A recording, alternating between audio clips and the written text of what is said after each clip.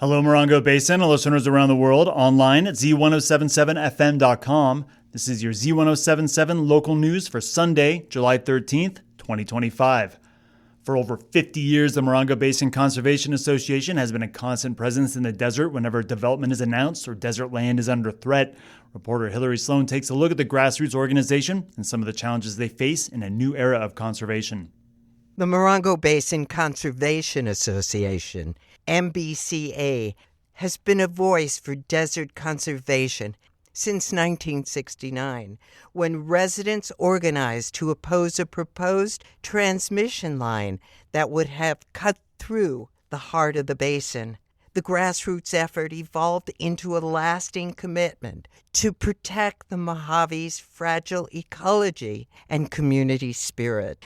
Today, MBCA is navigating one of the most complex chapters in its history. The group is responding to increasing pressure from utility-scale solar farms, luxury resort developments, corporate vacation rentals, and the ongoing decline of affordable housing. These challenges are no longer just local. They're now tied to state and federal policy decisions that shape land use and conservation across the region. Recent federal budget proposals include plans to sell or lease millions of acres of public land, including parts of California. Although ultimately blocked, the proposal signaled a shift in national priorities. Since then, environmental protection and oversight capacity have declined, most notably through staffing cuts to the Bureau of Land Management and reductions in enforcement. Conservation groups warn that these changes could severely limit the Bureau's ability to defend public lands. Organizations like MBCA, which regularly collaborate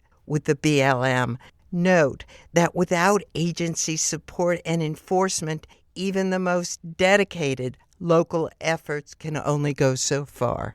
While MBCA does not receive direct federal funding, its ability to advocate and act depends in part on public institutions that are now stretched thin. In response, MBCA is expanding its public education work and building stronger regional partnerships to address the widening scope of threats facing the desert.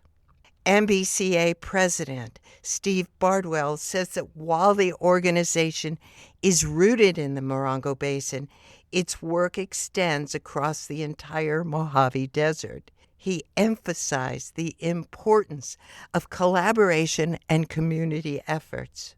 He says it's now more important than ever to think globally and act locally. We are strictly a locally based and focused organization. Although, our area of focus is the Mojave Desert as a whole. So it's beyond just the Morongo Basin. We like to pay attention to what's happening all over the deserts of Southern California. As one of the few remaining environmental watchdogs in the Morongo Basin, MBCA continues to advocate for wildlands and a healthy desert environment. For more information about the Morongo Basin Conservation Association, see this story at Z107.7fm.com. For Z107.7, this is reporter Hillary Sloan.